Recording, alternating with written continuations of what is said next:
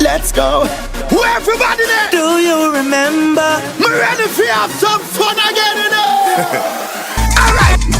Everything Chris, biscuit. Gala get frisky.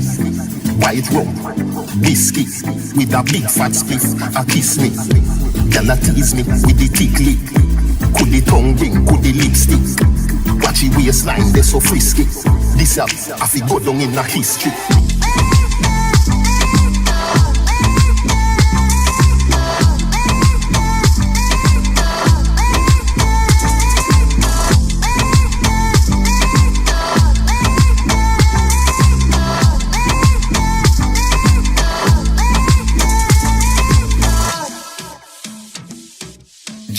Jugglers.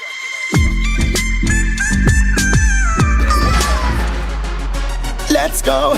Who everybody there? Do you remember? Me ready for have some fun again, you know. Hey, how are you? You good? Oh my God, I miss you. I'm happy. Yes, I was actually nervous because I was like, oh my God. My mom was like, how you feel? It's Maggie. I was like, yeah, I know, I'm kind of nervous. You know? Yeah, because it's you. You brought me to this wonderful life that I don't want to go away. So I will forever be grateful for it, for that. Anyways, we will start. Yeah, not losing time. I really think that everyone knows you, but I always ask to every guest for them to introduce themselves. Like you can talk wherever you feel like. Yeah, just go ahead. Okay. So my real name is Margarita Beningfori. I was born in the south of Germany. My father is from Chile and my mother is German. So yeah, trying not to go too deep. I do many things Yes. that have to do with dancehall. Basically, everything what I do is has to do with dancehall. Yeah. I make a living with it, luckily, and I got introduced into dancehall music and culture like around 2005, 2006. So yeah, I don't know what I was saying. No, it's okay. We will go all the way during the talk and everything, so you don't really need to go like exhaustive right now on it because we will end up talking about it. I don't know, and even today I was wondering, how did you started with dancehall? Like when, how old were you? What made you come into this world? Because I was really wondering, and I know that once we were talking about this, I was like, wow, I really don't remember good how it was. So Okay. So as I was saying, it was like around 2005, where I was actually listening to and that's something almost nobody knew. I was listening to metal and hard rock and this kind of music when I was a teenager, when I was like 12, 13. I was in a very rebellious time. So I went to many music festivals, and at that time there were many alternative festivals that had that kind of music, and then mixed with rock, punk rock, and then ska as well. yeah. So and then as well reggae. So I got into dancehall through ska and reggae live music from bands and festivals. And then I started going to dancehall parties because I met a sound system from my hometown, Nuremberg. They're Mango Tree. They're still Playing. still active, and they actually introduced me into dancehall parties. So that's when I started to go to dancehall parties in Nuremberg, which we have a very lively dancehall party scene in Germany since many years. Yes. Yes, Mango Tree represents. Yes. And funnily, when I went to the first dancehall parties, I always went out when they played dance. Oh my. Dancehall. I was more into the reggae vibes, so because I came from somewhere. So and then just by time I started to really feel the dancehall vibe as well. And from there, From there, when I started to love the dancehall music and the rhythm and the vibe, and I started listening to the songs, and I realized that they were talking about dancing, like some kind of dance moves and dancings, and it was the time of Elephant Man and all the dancing tunes and all the dancing instructions. Take yourself and all of these. So Nossa. I didn't know about the movements. Yeah. I just listened to songs, and there was no Info. YouTube, there was no Instagram, there was no Facebook. No way to. So YouTube just got introduced, and there was a few videos that you could find actually, but the quality was very bad, and you couldn't not really see nothing of what we're dancing or. So my first source of really seeing Jamaican dancers dancing dancehall was a DVD, which was produced in 2005, I think, which is called A Dance Documentary by J. Will, and it's a great DVD if you get the chance to check it out. Even on YouTube, there's parts of it, and this is actually, that was my first source of real dancing. How you got to see it? Yeah. So, oh my God.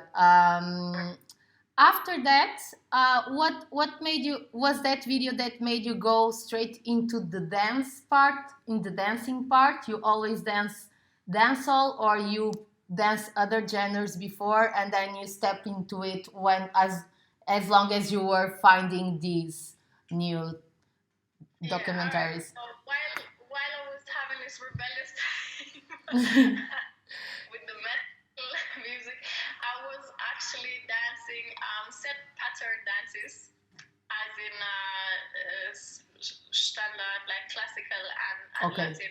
Okay. Set pattern dances.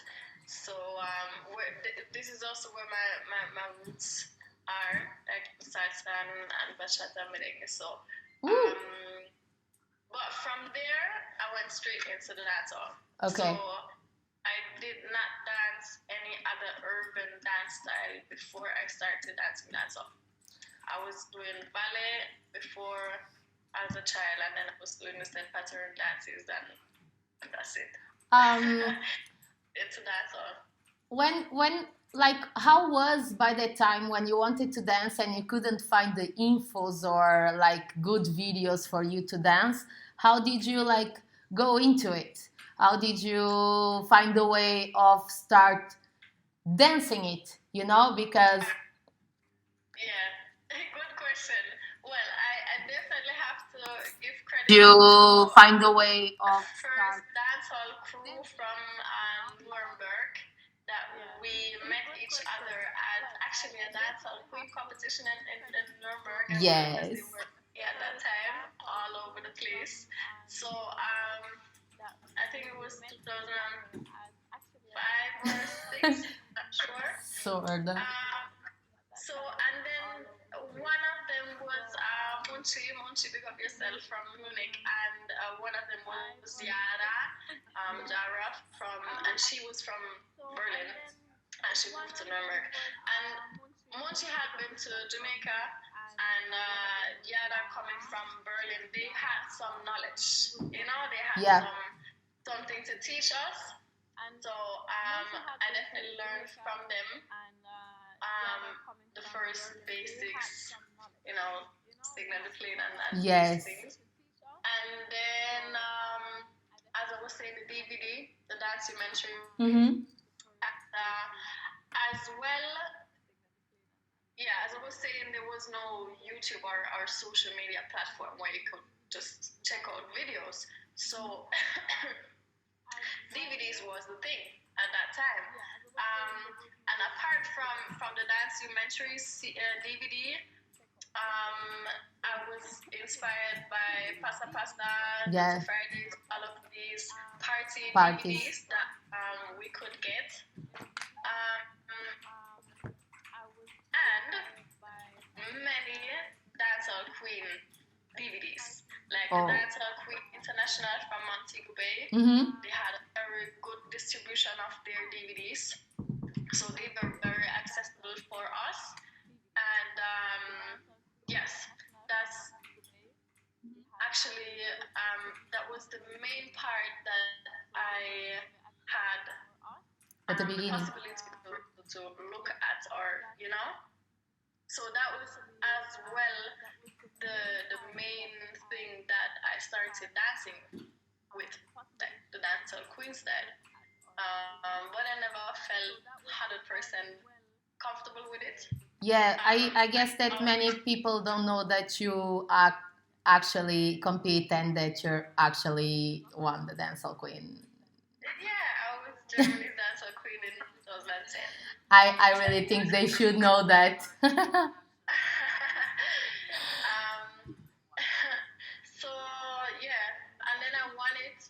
Yeah, let's skip to there. I won the competition in 2010, and I always wanted to go to Jamaica before, but you know, I listen, like I got people influenced me saying, no, you cannot go alone. Yeah. You cannot go as a girl. It's too dangerous. Don't go. Blah blah blah blah. So I didn't go until I won the competition, and I was like, no, I just go now. Like, you can just leave me alone. I'm going. I'm even going by myself, and that's what I did in early 2011, and it was the best thing I could do. And that is where I actually saw that, because from my perception and perspective that I got in Germany and Europe before through the DVDs, was that Dancehall Queen style was the main part of dance thing. So then I went there for the first time, and I realized it was just a small part. Like a really, really small part, and it was mainly and basically the men and the male moves being represented. And actually, this is where my heart went to totally, was it just love? Yeah. How did you, like, from 2012 you keep going to Jamaica, like from 2011 every year? You went every year, or did you felt that you needed to go because you didn't have information, the info that you wanted, like the one that you realized when you reached that male moves were dominating, and you wanted that so badly that you needed to go there because you didn't get it in Germany? Or what made you keep going? I wasn't even thinking of why I had to go. I just had to go again. Like, I went for the first time 2011, I think it was March, and I went back in August. And I went back in probably March or April 2012 again. So there was no way of thinking why. Or it was clear for me when I went first time. I was like, okay, you have to go back. Because I think most of our viewers have been to Jamaica, and there's something in Jamaica special, that is just very unique, very thriving, very, very special. And you only find this in Jamaica. So I just Yes. knew I had to go back. I- And when I went there for the first time, it was 2 weeks, and it was 2 weeks me only standing there observing. Because I was flashed by everything. I was just standing there observing, and then I was like, okay, you have to go back to start dancing. Yes. So yeah. Mm-hmm. I- Yes. I kind of knew the answer, but because I felt the same, and I thought that you probably would answer kind of like that, because we that were brought for you with you, you always told us that the first time is just like the experience, and we want to go back, and it's really that we don't know what makes us to gravitate back again, but we just feel that we should and we need to go back. Did you start organizing? Because actually, this I didn't know. Did you start organizing first? No, first of all, when did you create the top up production?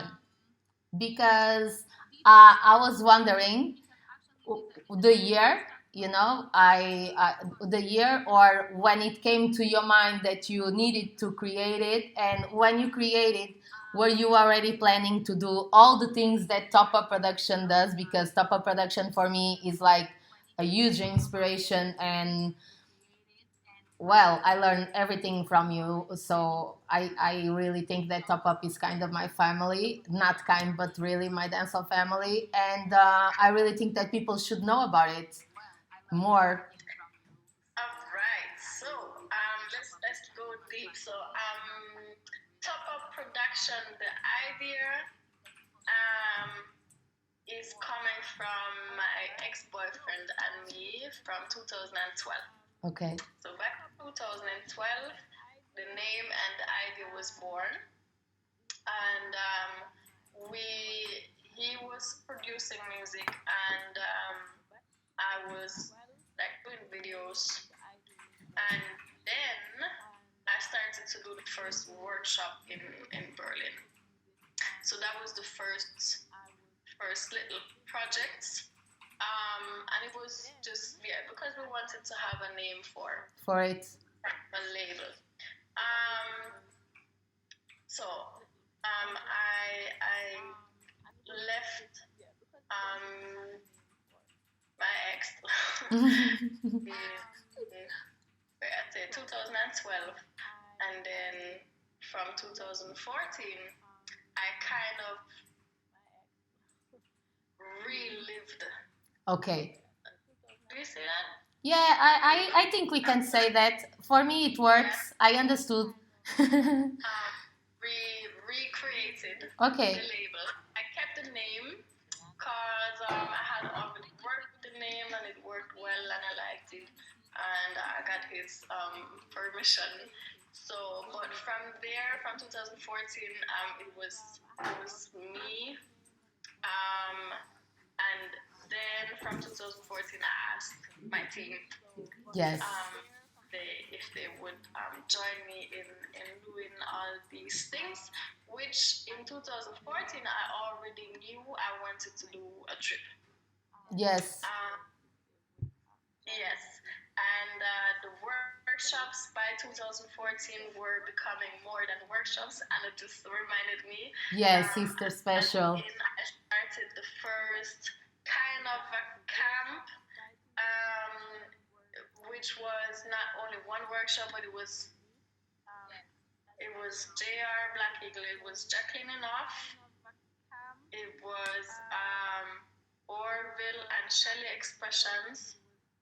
Who else? Blacko? No.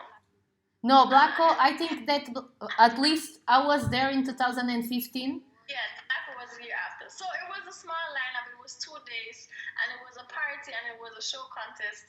So that was the first, it was the Easter Dancehall camp in 2014. So,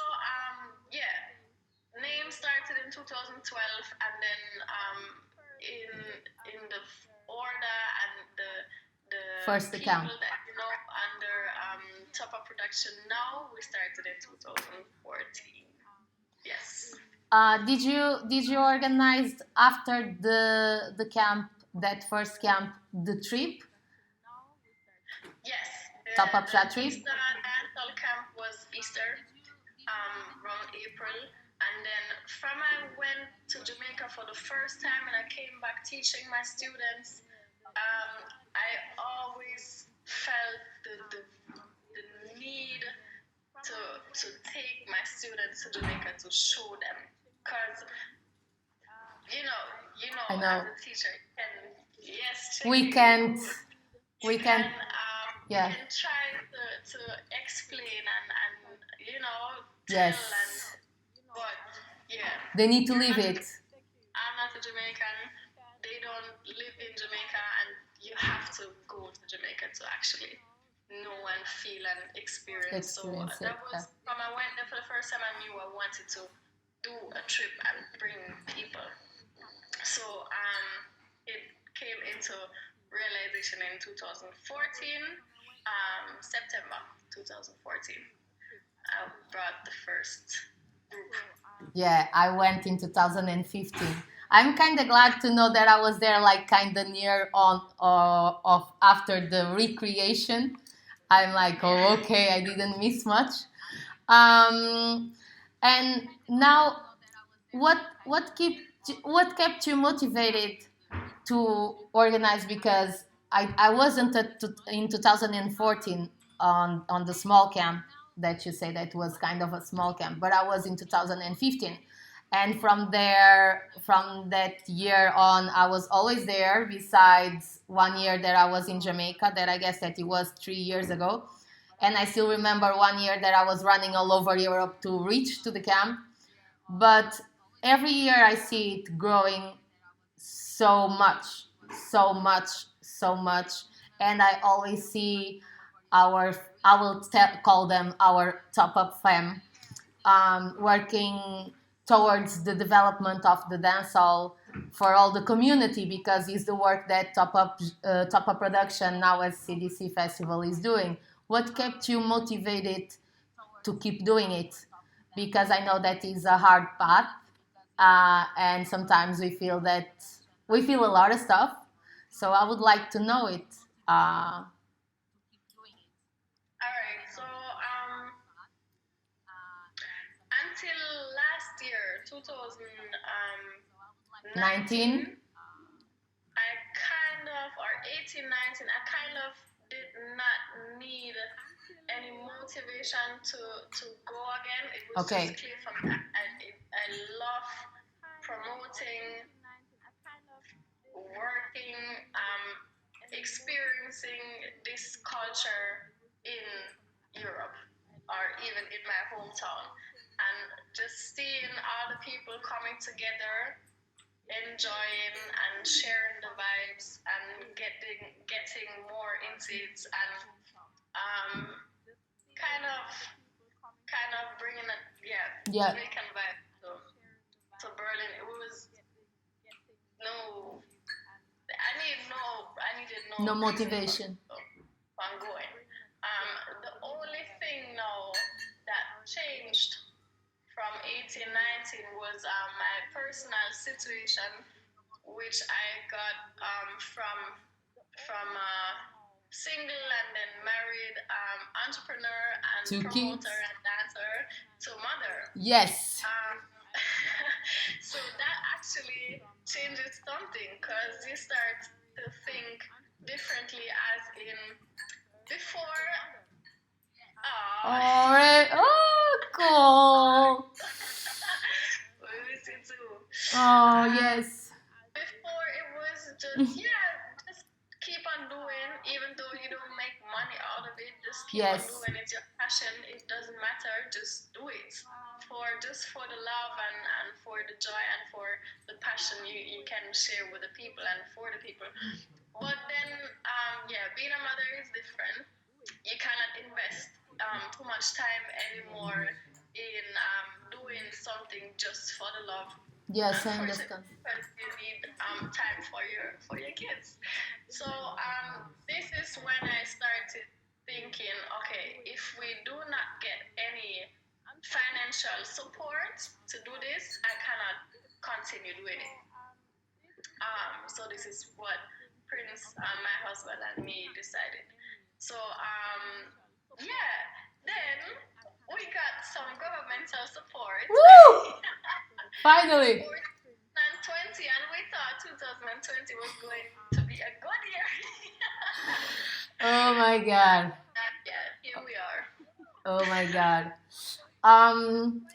How was for you to have to take the decision of postponing the event? Like, not I'm asking you as because I know that you're passionate about what you do and that you really put everything and the team. So I must say to you, and I want to say to you that when you took the decision and when you guys put it public, I really felt as it was me, and I felt like right now. So I would like to know, and maybe you can share the dates that you are to when you are postponing, so the viewers can actually stay tuned for it. All right.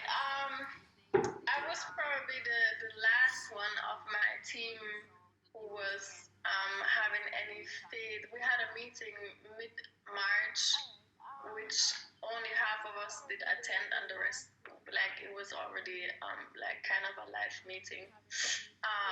So I was probably the only one that was still having hope for the April date, and we were saying we're gonna wait until the beginning of April, but things are, you all know, evolving so fast that just 1 week after it was also clear for me. I probably just needed some more time because, as you're saying, like, you're giving your heart Yeah. to organize these things. So I just needed some more time to kind of let go.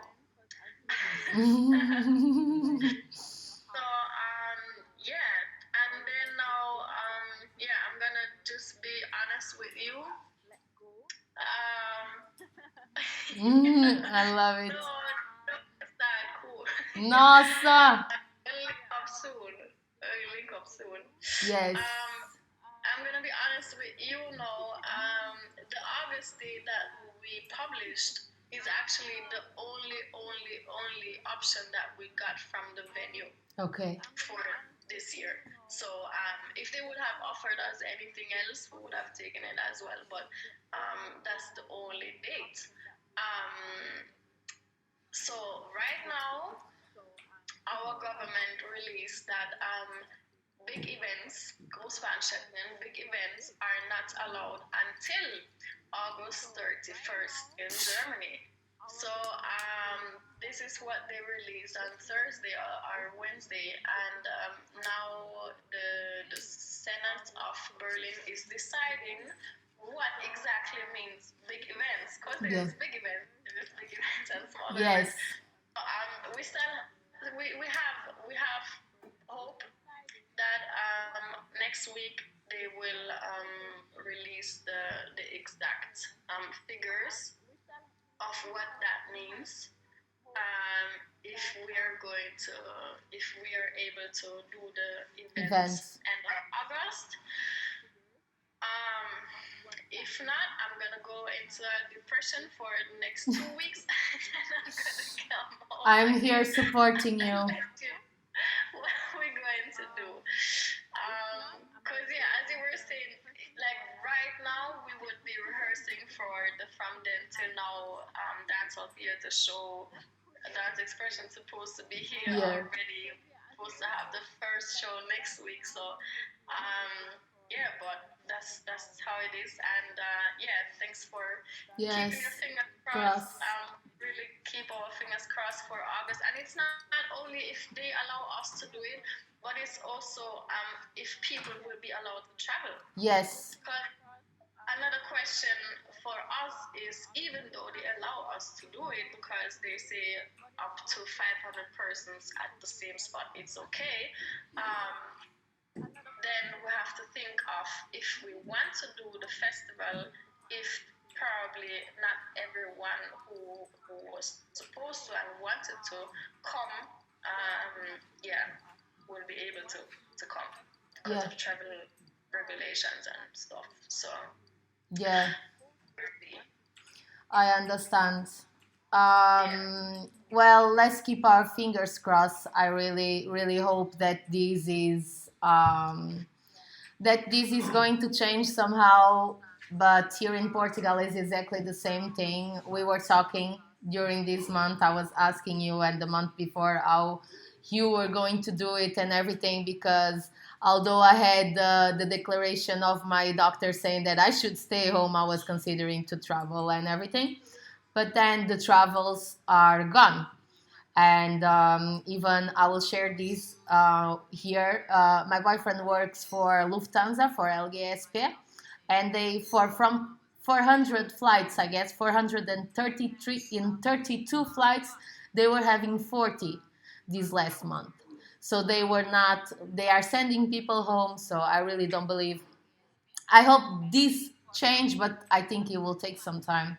Don't know. Well, let's keep ourselves motivated about it. Keep our fingers crossed, and yeah, and let's just hope that it is going work for the best. Yeah, let's move on so we don't keep this vibe. Um, how do you feel about today? Today I saw your post about dancehall being your therapy, and I feel you, because for me it's exactly the same. And at the beginning of this quarantine and everything, I was really pissed because I wanted to go to the events. I saw things that I like from people that I like being postponed and everything. So when did you realize that it was your therapy? It was just now with the quarantine, or from every time? Because I realized it before this. Yes, I mean, I always knew that I love dancing and I need dancing. And like when you get sick and you can't dance for a couple of weeks, but it was always different. Um, so now, yeah, not being able to share this energy and go into the studio and dancing it out, yeah, I realized. Probably it comes together with being with my kids all the time, Yes. which will drive you crazy at a certain point of time. Plus, not having this, yeah, therapy, Space for you. I realized. Yes, I realized. Um, Top Up Chat Trip was actually the first. It was the way that I entered into Jamaica, and I would not change it for nothing. And I was lucky enough to have the all Top Up family on my trip, which was amazing. And this is a bond for life. And I was there with you after other years, as long as Anna and everything with Top Up Chat Trip. But recently, you decided that you would not do more trips. First, we were talking because, and I want to bring it on, the prices of the classes that the Jamaican dancers were putting on, that would probably make trips harder. And after other topics that, such as the ones that you talked about on your post on your stories when you decided that you would not do it, which is, we call it sex tourism.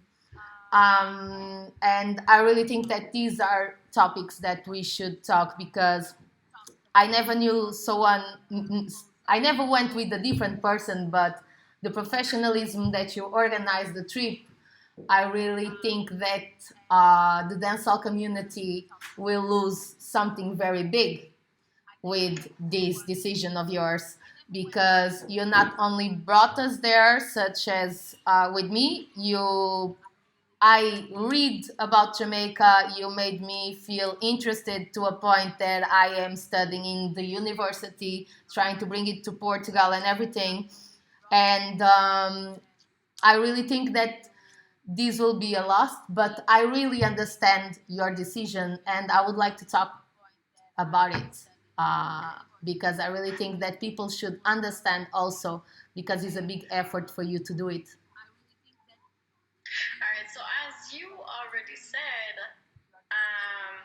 you already got inspired of my way of doing it, or how I approach things. Yeah. I know that by now I inspired many people, and I took many people to Jamaica, and many people came to our events, and many people are working with me as a tour promoter, as a tour manager, and all of these people kind of have the possibility to get inspired, and I know many of them do, and I know that I could show them a good way. Yes, I understand. A professional way, because yes, professionalism for us is very important. Yes.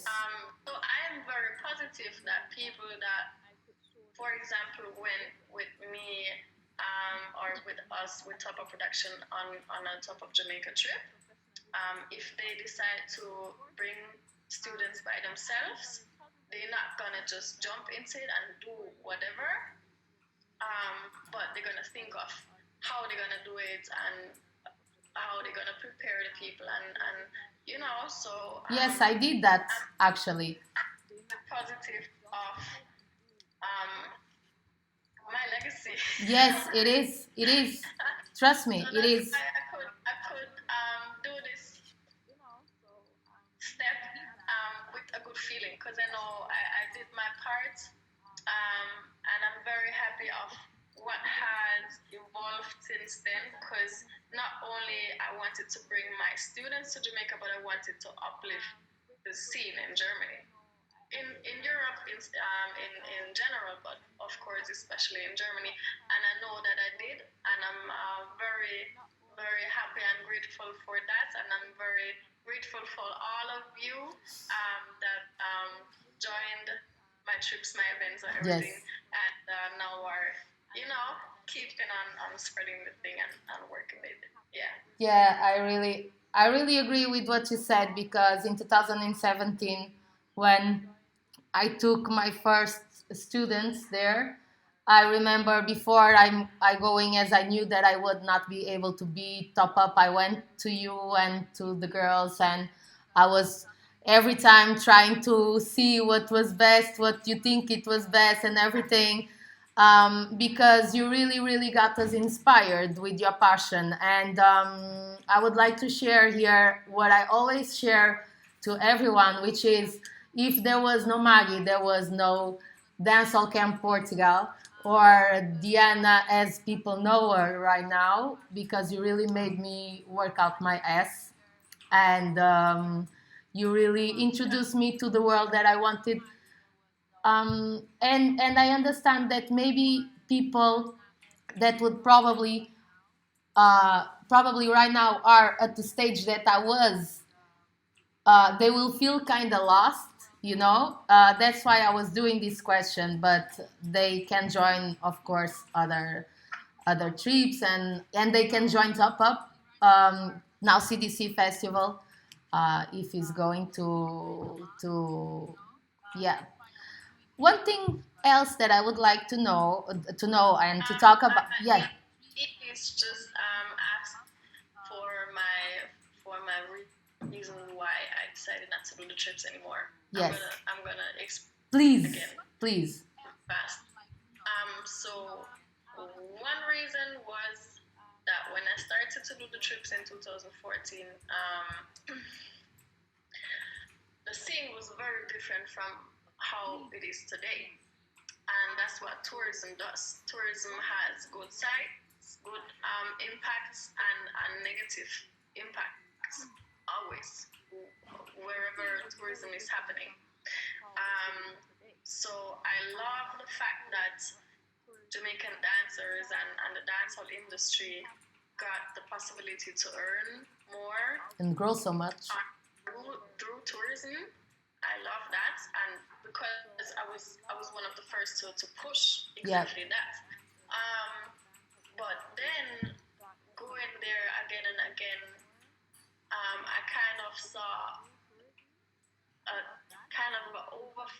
overflooding sometimes.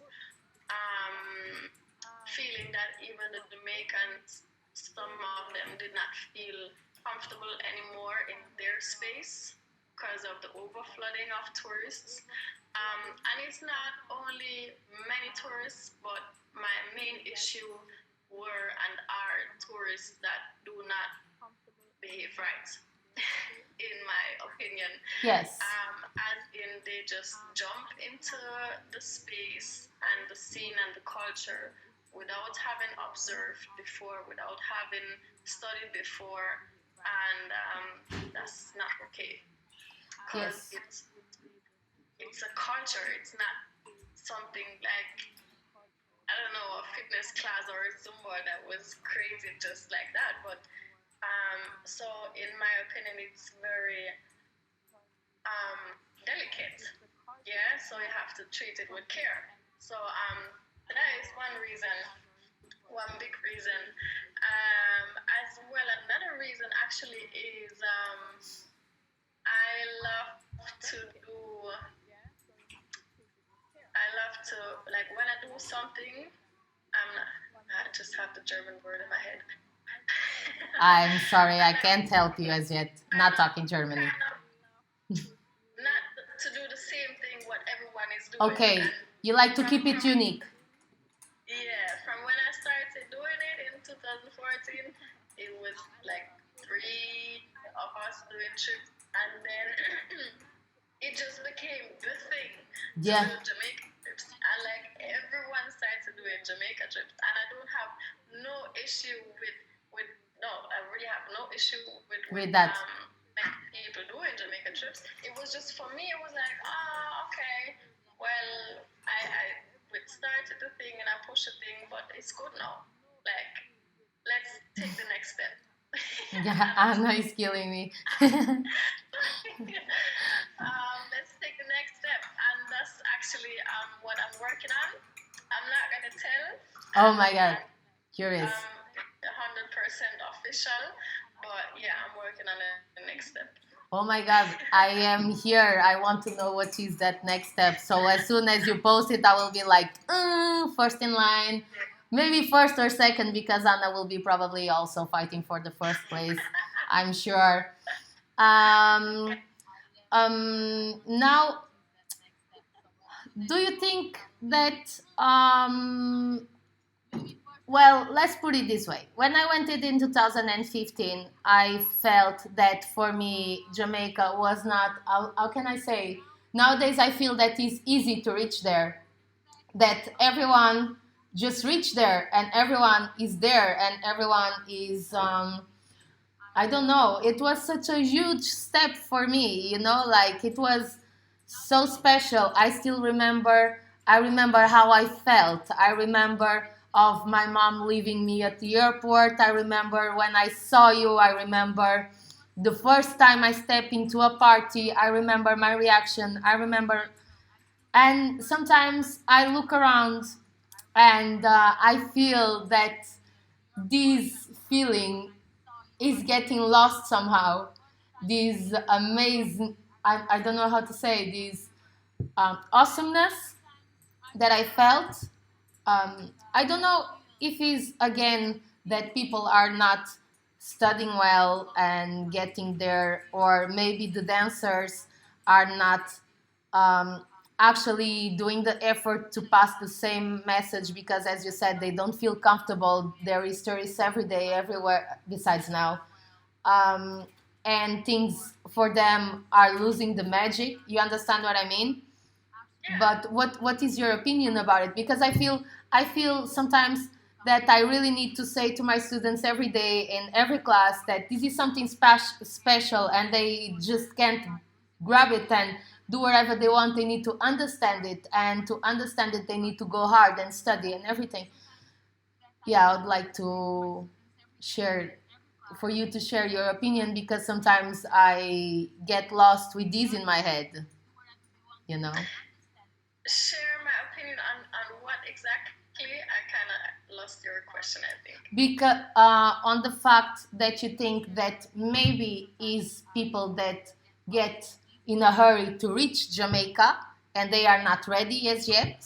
And this is probably what is causing the overfloating, and the people that are going to the parties and are not ready to observe and know how to behave and everything, or that maybe this hurry that makes so many people go there make the dancers actually not not give the same that they were giving before when we were less there. I wouldn't even say that the dancers are giving less. I wouldn't say so.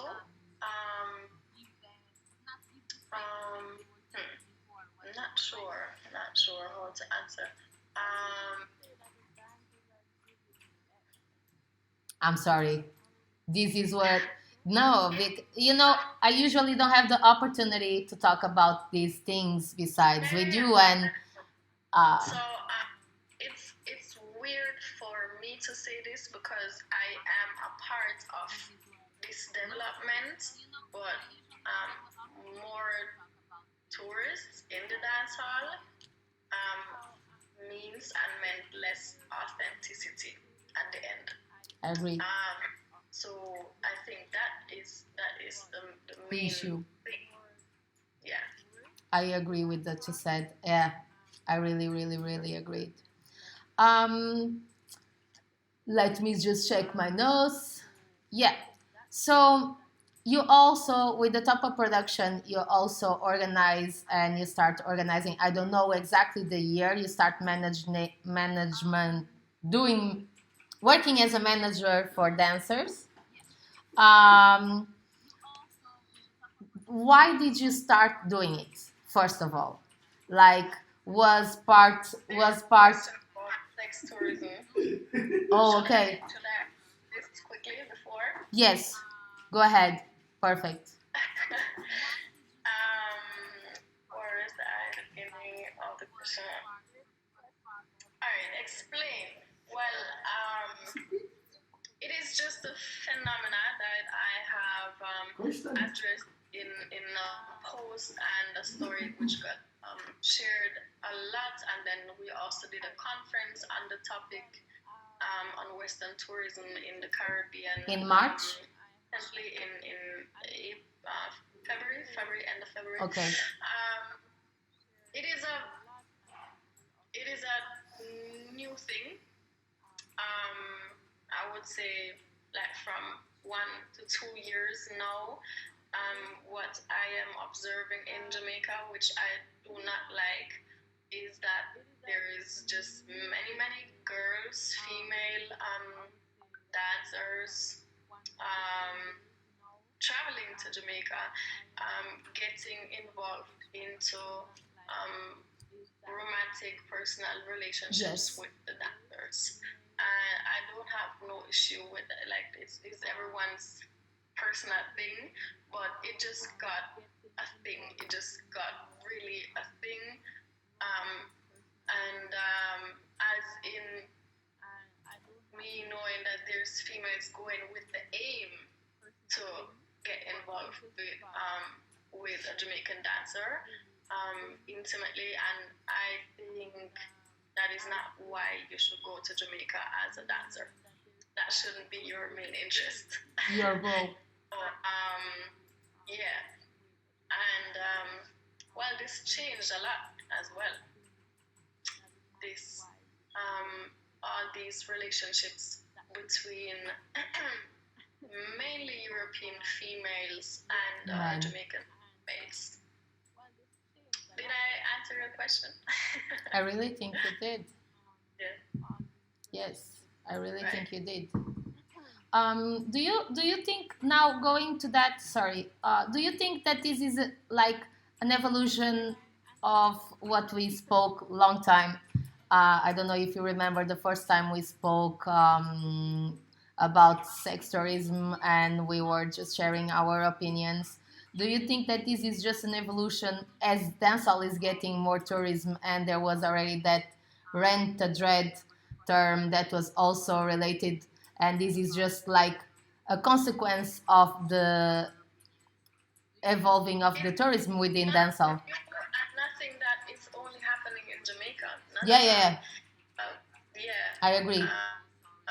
It's been happening for years in Cuba, in Puerto Rico, and that is just the examples where it is foreign females. You all know the examples of like Thailand. You Yes, know Thailand. yes. I go. Yeah, I go there. Where it is the foreign males. Yeah, But it's different. It's yeah. opposite. Right. Yeah, there is actually it's fun for you to bring talent to the scene, because actually there is a lot of people that consider Bangkok the capital of sex tourism for everything. So I really think that this is also just an evolution and a consequence of the tourism. But that's one more thing why I decided I didn't want to be a part of this anymore. Yeah, a while ago when I touched the sex tourism, I really wanted to touch here because I really think that is an important topic and important subject that I think that people see it happen, but they are not aware of it. You see, and sometimes as people are not educated and they get not educated on the scene. I have no issue about the personal relationships and everything, but as they are not educated on the scene, they intend to see it as something normal. And I also think, I don't know if you agree with me, but I think that this fact and this what is happening impacts straight on the, like for instance, the career of the dancers involved, and the professionalism that can go higher or lower, because sometimes I think that they go on the tour when they are not ready to go on the tour, and then there's an impact on the dancehall community because of that. Do you want to comment this? Do you agree with it, or?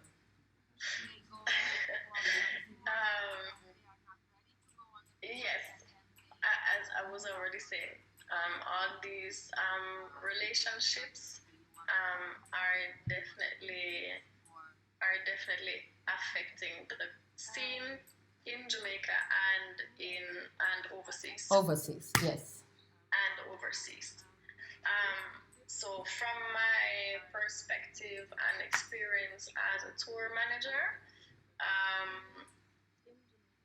it's basically the same thing as the Jamaica trips. There has been like an overflooding of Europe tours now. Yeah. Which, no disrespect, but sometimes I don't even know the dancers going on tour. Same.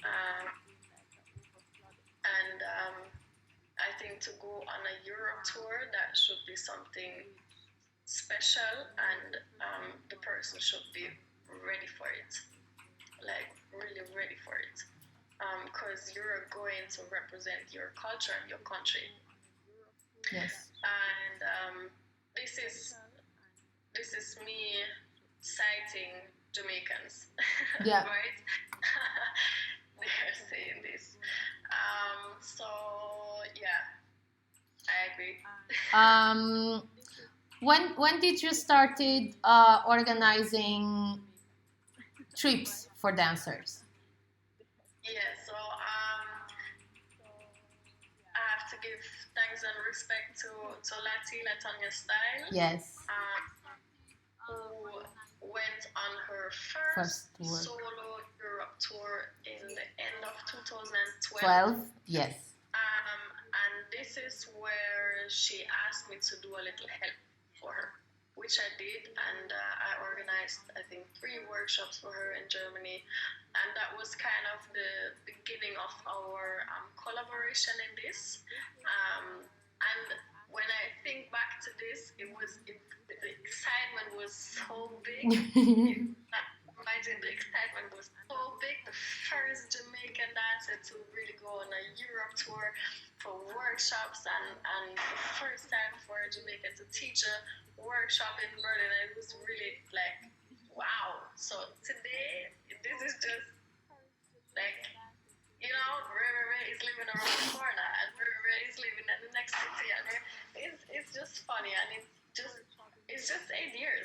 So yeah, and then the year after 2013, she wanted to organize Sri Lanka's tour, and then it kind of slowed down because she had many things to deal with the studio. And then I asked her if I could assist her and help her. And this is where I actually got introduced for the first time into tour management, and I learned from her and I learned by myself. Do you keep? I know that you keep doing it, and for 8 years straight, and I know that you believe that this is important for dancehall and everything. But this situation that we are all living right now impacted on the tours that you were organizing. How are you dealing with it? Like seeing that this will have I will not say permanent, but like an impact that probably will go hard on the dancehall community, you know? I think I will just go with the flow and see. Time will tell. For this year, I still had tours planned. Well, now we have to see, but yes, I do feel that there is much more competition. Yeah. Getting things for the dancers, but competition is also a good thing. Like there is also two sides about that.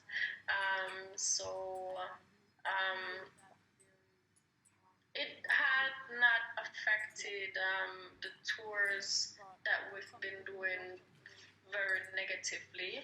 I realized that there is certain promoters that thought, or in their opinion, our prices were too high. But I'm sorry. We're just giving quality, and yes, everyone thinks that the price is too high, like doesn't want the quality. So that's fine. But obviously that comes from dancers being here, being offered or offering themselves for dumping prices, which I think shouldn't be the case. Because it should being kept something special if you get a workshop with a Jamaican, but at the same time, of course, the Jamaican has to be qualified to represent and teach his culture and his dance well.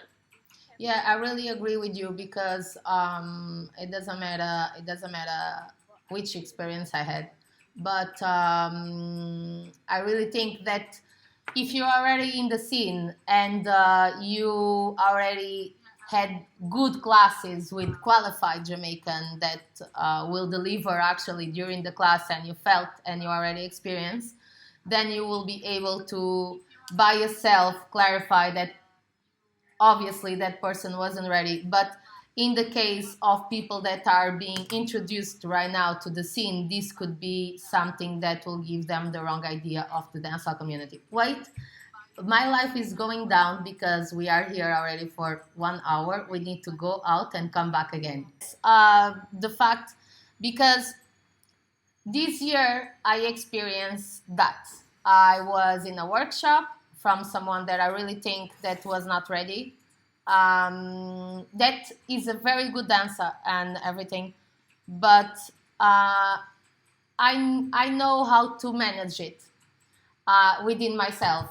I even talked with you about it and everything, but I know that within that classroom there was a lot of people that don't know how it is to have a class with the Jamaican and how the vibes can go and how everything can be amazing and how they can experience the culture in a different way just by the class being taught by a Jamaican. So I really think that this can have a bad impact on the dancehall community, on its development, and that's where the point that I was, because it also goes to the point that you were saying that people think that your prices are high because you're delivering quality. And what do you think about this? Don't you think that the tourism and the many tours and the many relationships, which I have nothing wrong, nothing against, are making the scene develop too fast, and that probably this will affect the development of the dancehall community as we know it?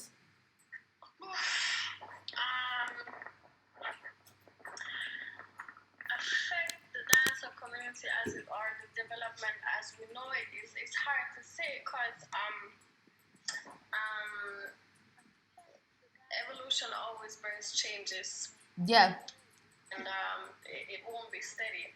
It won't be steady. It will change on many but ways and let me just interrupt you for a second. For from the moment I really step into it, and from the moment I start organizing and guide also by you and everything, I didn't felt that there was this happening so many times.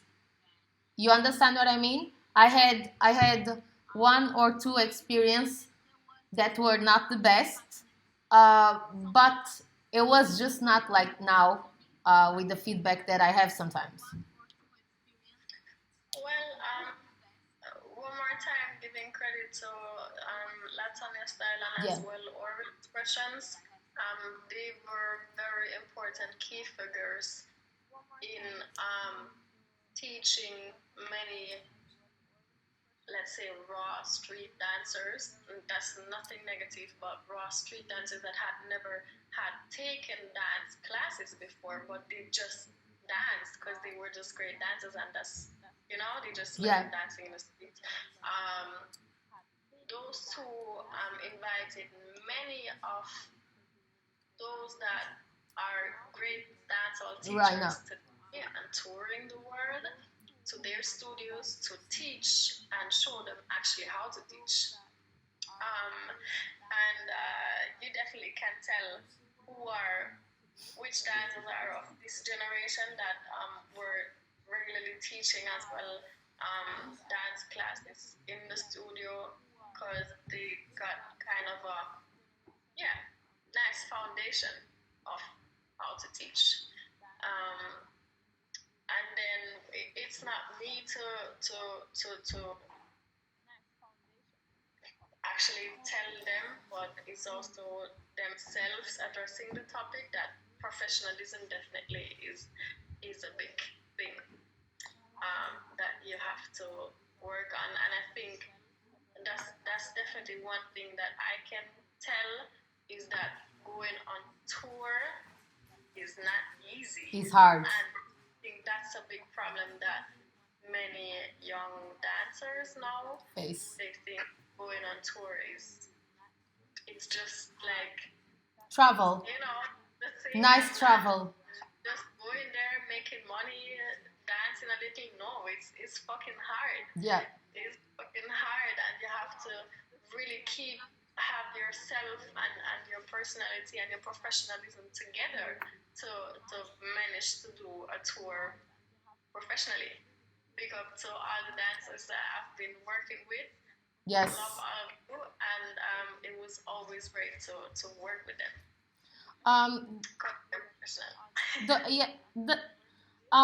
it's funny to think about it because sometimes I don't know if you ever got yourself wondering about it. Um, Sometimes I think that maybe people don't know, or can't separate, or understand what it means to be professional in the area, in this area, in the dancehall. You understand? When they go on tour, because we all dance and we all have a good time, and we all have nice time in classes and everything, but being professional with it brings more than that. And sometimes I feel that even for us Europeans, that sometimes we are introduced too early to the scene, to the raw part of the scene, maybe as we are not educated, we will promote this behavior on the dancers and help them come, but we are not aware that we will work with it. When I say we, I am not talking about myself. I'm talking about um, promoters, young promoters, for instance, or you understand? Do you agree with it? Because sometimes I really got to think that is a thin line between being professional and not professional, and sometimes people don't know how to behave in when they are actually working or when they are not working. So you think that it's an issue for promoters?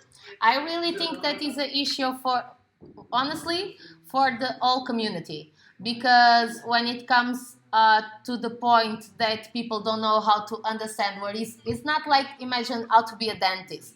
That you're in your room, the person lays, and you just do your work and you're professional with it.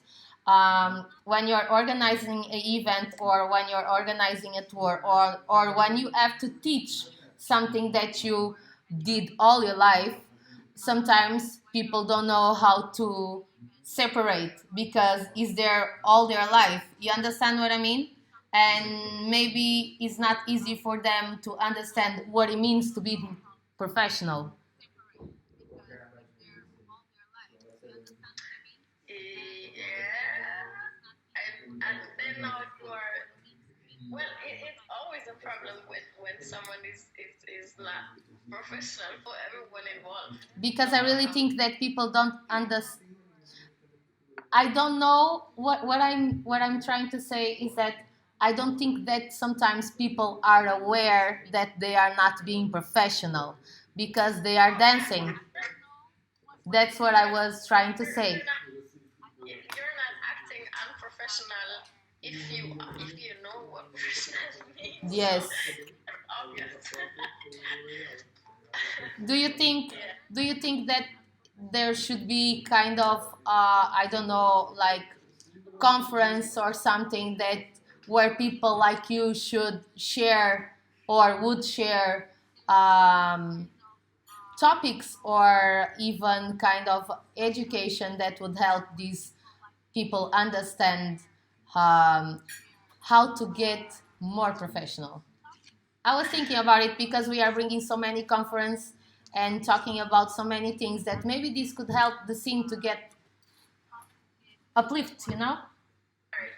I don't feel myself in the position to teach or tell any Jamaican how to do something or not to do. But there is persons that are teaching them and showing them and preaching them. So this is already done. They just have to listen. Yeah. What I have been thinking of definitely already, and it will probably be realized anytime, is sharing my knowledge and my experience of a promoter and a tour manager. Yeah. So others that are aiming or doing it can do it, can increase the level of professionalism.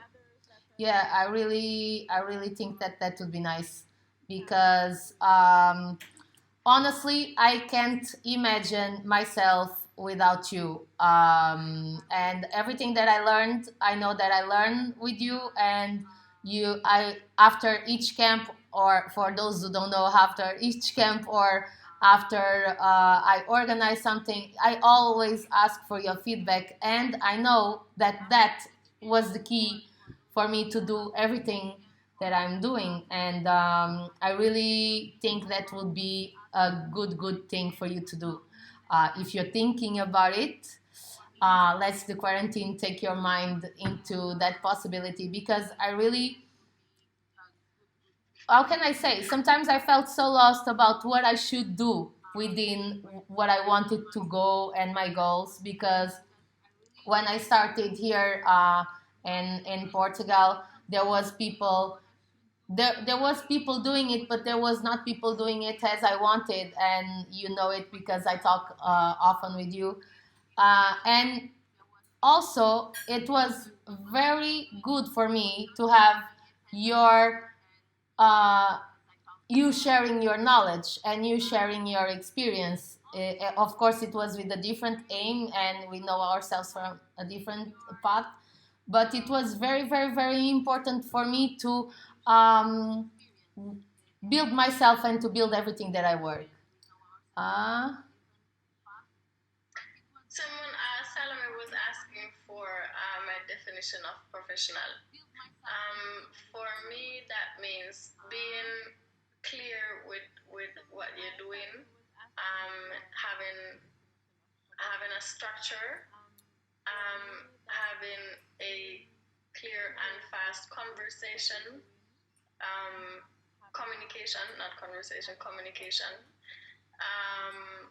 and make him feel the person that is kind of buying something for you, or yeah, it's a product, it's a service, it's a service. make the person feel good. Yeah. Yeah, and Mirka, if you want to talk something again, I'm up to talk it here, but we already talked about this in person, and I don't know what you want to say with this now. So So if you want to really talk something, then you can bring it up. talk it. We can talk it because This is a Medz. and I know what I'm doing. So Okay. While people are mad reasoning about what we said, there is something that also impacts very hard and like straight into the tours, which is the visas. And I really think that the major part of people don't understand how difficult it is to get a visa for a dancer to come on tour. And I am not here by saying this that we need to explain that. But do you have any opinion, or do you have any idea of how this is getting so difficult? Because sometimes I got myself thinking of what makes it difficult, because they come back straight to their country. Some of them don't, but is like just a few of them. Do you think that they are afraid that not only the dancers but Jamaicans leave Jamaica and go all over, or why does they make it so hard, in your opinion? So getting the visa in the first years of doing the tours was always like taking so many nerves of mine, because it was always like a game. Like, do they get it? Does he get it? Does she get it? Not, Yeah. or yes or not?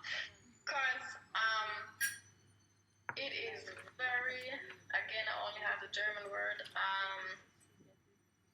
It can just depend on the mood of the person issuing that paper in that moment.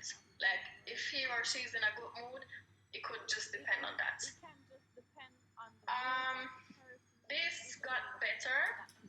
This got very much better, up to the point that, for example, the Spanish embassy officially took in the term dancer into their conditions for applying for a visa, which means that they officially acknowledge that there is people, professional dancers, going on tours, working as a dancer, and actually it hadn't been any problem since, let's say, 3 years. probably. Fortunately, now what happened, what you might heard of last year in September, is that some dancers got the visa, but they didn't let them in the immigration in into the Schengen era. So that is the new issue, the new challenge that we're facing now. It's not getting the visa itself, but it's getting through immigration into the Schengen era.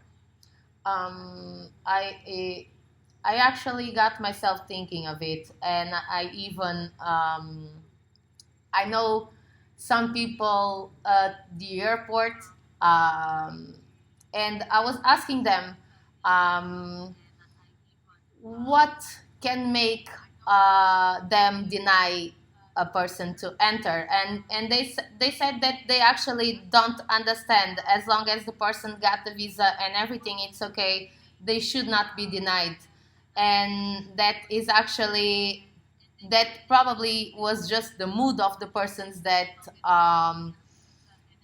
got them, the same as you were saying, that depended on the mood. Yes. But it is really hard to think that a person just got the airplane, travel like 16 hours, reach, and they don't let him in, and they just send him back, and everything is all right. So I really wanted to bring this topic here, not to talk about it like hard and everything, but because I really think that people, maybe sometimes even if you don't know things like deep, it's good for you to know that things are happening, even if you are new into the scene, because this will make you look to dancers that are teaching you in a different way, paying more respect and giving more respect to the persons that organize, the managers and everything. I want to do you a question, which is, when you started organizing your camp in 2014, and when you started in the dancehall, did you ever thought that this could get so big as it is right now? No. No, and I never planned. As in everything what I'm doing, sometimes people ask me like, did you ever imagine getting there where you are now, what you're doing now? I never planned none of this. I just started dancing, and from there I just kept on doing and doing without even thinking why or where this should lead. So I was just doing it, and yeah, luckily it's just growing. So I'm grateful. There is a question here from Marian. Is it? Do you want to answer that? I really think that if you feel like, of course. No, I would say none of this. I mean, yes, Jamaica dancehall is facing issues from Jamaican upper class society and Jamaican society, as in it is not respected and acknowledged as much as it should, because it's contributing so much to the country's popularity. But no, the visa thing and the dancers not being able to enter the Schengen area doesn't have to do nothing with the Jamaican government. Okay. Does it answer your question? Let's see what she said. Right now, with this new situation that we are living, how do you think that this will impact on the dancehall community as we know it? When I'm asking this, I'm asking not only as I'm asking you in the quality of a friend, I'm asking you in the quality of a teacher, I'm asking you in the quality of a promoter, I'm asking you You understand what I mean? There's different views of it. Um, I know that is not an easy question, but actually, and very and honestly, I think that your answer would be the perfect one, at least for me, because from what I know and from what we have been heard on this last hour, you did so much for this community that no one can question. You know what I mean? It's just like all your work is amazing. You're an inspiration. So even for me, as how can I say, your answer will bring me hope. Probably, you know what I mean. I know that I don't want to give you this. I don't want to put this weight on your shoulders, but putting it. Uh, Well, after any downs, there will be ups. ups, There has to be downs to have ups. ups again. So that is the main thing that I can say. Let me connect my phone Yeah. so I don't lose battery. I mean, we can see that many people are finding new ways to make money, to show themselves, to share, which I don't want to judge now on if this new online way is good or not, but it's something and it's better than nothing. Yes. And it will definitely bring up new possibilities. And I think most of us are already working on making the best out of the situation right now. Yeah. Even though it looks hard sometimes, but just always, not only in hard situations, but especially in hard situations, always try to make the best out of it. And I think the dancehall world is doing that right now. Yeah, I agree with what you said. I actually have no more questions from what I had planned. I just wanted to really thank you for accepting, Anna, for accepting to be here with me, because I know that being a mother is not easy for you to go all over. I really, really, really appreciate. And I wanted to say to everyone and also to you on a live, nothing that I had not said already. But I really think that the huge contribution that was in the dancehall community is for us to have a Swaggi Maggi, because you brought some, as you were saying, I'm part of your legacy. Anna is part of your legacy. So many people that are doing big and nice events or going and travel to Jamaica and bringing and reasoning about people and everything is because of Swaggi Maggi. And I wanted to tell you, because I know that quarantine is not easy for no one, and I really think that you should know it from me at least. And I really think that there is a lot of people here that share my opinion. As you can see, I dress up for it because I really feel top up production, and you as part of my family and dancehall family, which is my family because I have nothing in my life besides dancehall, and which is true. Yeah, and I really wanted to say this to everyone and to you, especially now, because now is the time for us to be human and to remember everyone that how you feel about each other and how you feel. And I will be forever grateful for having you, to have my top up fam, and for all the persons that came with it. I learned so much. I can't even explain. And having you here is for me more than honor. I'm emotional. I'm emotional because I was no, they don't know, but I was stressed. Like 10 minutes after we start, I was nervous, and my mom was asking, "You know why you're nervous?" You're like, "It's Maggie. What?"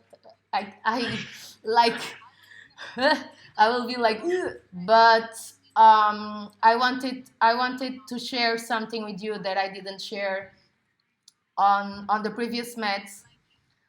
Actually, the person that I usually got these reasonings and these Medz is always with you. And yeah, because I usually talk about the topics that I'm talking here and talking with other guests and everything, but I usually talk it with you. And I thought like, well, maybe this could be my contribution for for this time and for this community. But I wanted to know that the person that motivated me and that was in my thoughts when I first thought about the Mets was my Margarita Boning, and I will always be grateful for that. And I wanted to say this to you. I really wanted to say because you deserve to know it. You deserve for me and for everyone that is your legacy to remember you, how your work is important and everything because it's hard for everyone, as you say. And I saw your post today and I felt you so much that I was like, I really want to tell her how important. And I want to say it again. If there was no you, there was no me, there was no Dancehall Portugal. So I want to thank you. Thank you so much. Thank you so much for doing this in the name of all of us. Thank you so much for doing this whole format. I love that you had Kimiko and Sanjay already, and I'm looking forward to who you're having next. Ta-da! I will Thank announce it. you guys all so much for joining in and commenting. Like, we can't see you, but we can feel Feel your you. presence. Thank you so much. Really, really appreciate it. Yes. I feel left right now, even though I'm by myself here. The thing is that we are not by ourselves, actually, because we are all kind of connected. And I really, yeah, I really want to thank to everyone that was watching here because uh, I created this. I invited Maggie, and this would be like awesome with us too, just talking about it, about all these topics, which is nothing new that we don't do, but it's awesome to be able to share these visions with so much people and to see that people are worried and that people want to know and that people want to reason about these important topics. And yeah, I guess that's it for today. I really want I really want to thank you once more. Thank you for everything and I hope to see you soon. And I want to say everyone, guys, if the events keep organizing, just try to make it, try to go and try to support as we can because we need to support. We are a community, and if we are all together, we will make it. And the down will not be such big, and the up will be easier to reach. I guess. Yes. Thank you, Maggie. Thank you so much. Thank Love you. you. Love you too. Miss you. Kiss for the kids and for your family. Yes? Same for you. Same for your family. Later.